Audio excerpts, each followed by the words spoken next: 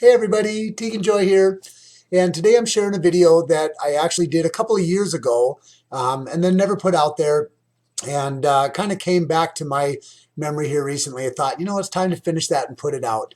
And it's interesting because it's a video that when I look at it, it basically was leading to where I am now in my life, this whole realization of being transgender.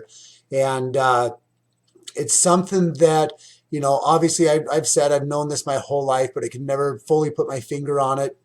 And this video uh, was interesting to watch for me because it was my spirit, telling me, hey, this is coming, and it's coming soon. And even though I couldn't see it outwardly, inwardly, it's pretty obvious to me that this was coming. So anyways, it's about 6 minutes long. I hope you enjoy it. I hope it's inspirational to anybody else out there that is trying to find themselves, and anybody that is worried about being judged by others, because frankly, fuck them.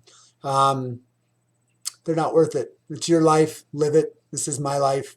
I'm living it. So without further ado, this video of a poem that I wrote about 20 years ago, video I recorded a couple years ago. I hope you enjoy.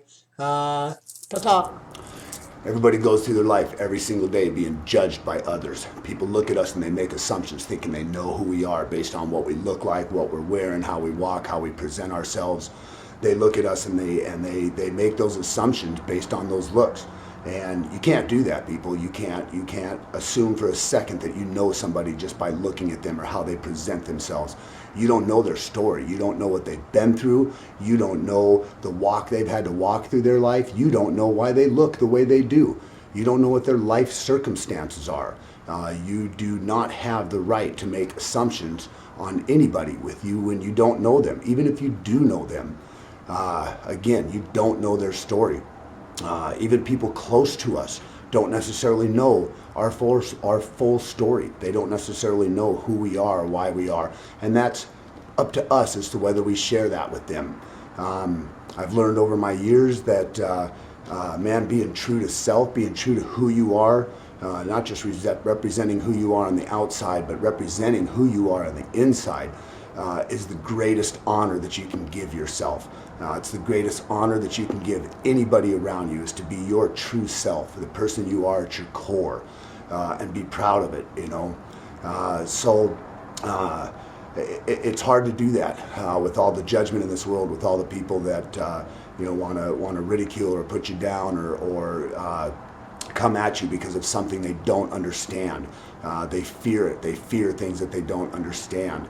And I'm telling you that to be true to yourself and to honor yourself will kill that fear over time, because maybe those people in that judgment, when they look at you being you, your core self, your true self, and holding that high, maybe that'll spark something in them to live at their core and be truly who they are. Be vulnerable for a minute and say, this is me.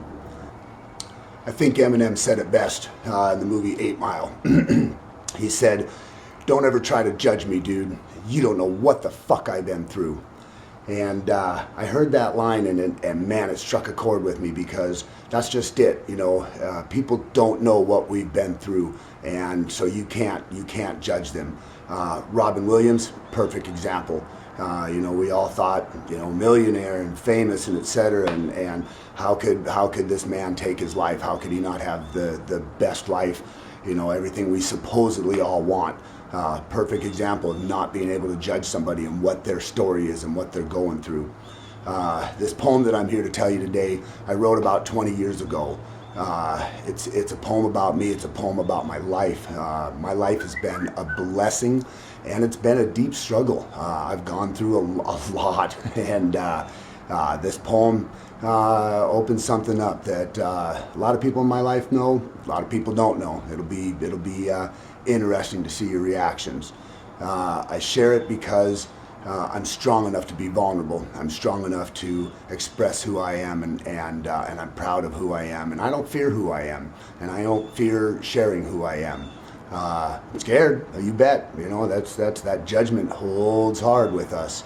But I'm not in a place where I want to live in that judgment. I want to live my life, and that's what I'm going to do. So I share this poem, and I share it with a warning.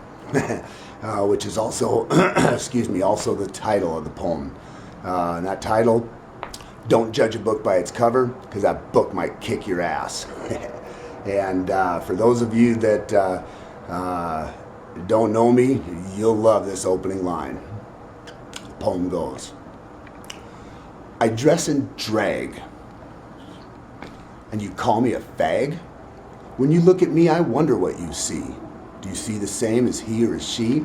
Do you see a guy in a dress, someone who seems really messed up in the head? Do you wish I were dead?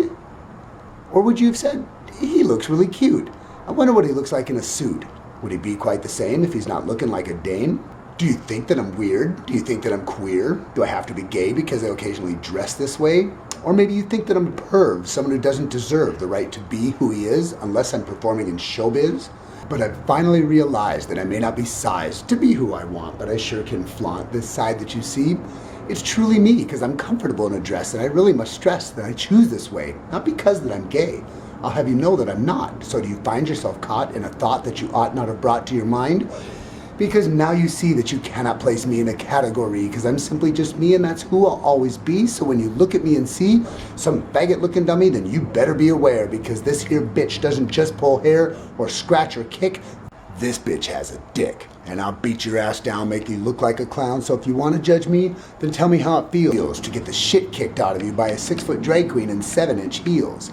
But you know, I'm really a nice guy when you're on my good side, but don't fuck with me because I have way too much pride and lots of friends on my side who are as content with me as I think you should be, because I'm causing you no harm. In fact, I'm quite full of charm. So when you look at me, look past what you see, and if you look very deeply, you'll see that I'm really not that weird. Thanks for watching. Hope you enjoyed it, and I hope this has been inspirational for you. Have a beautiful day.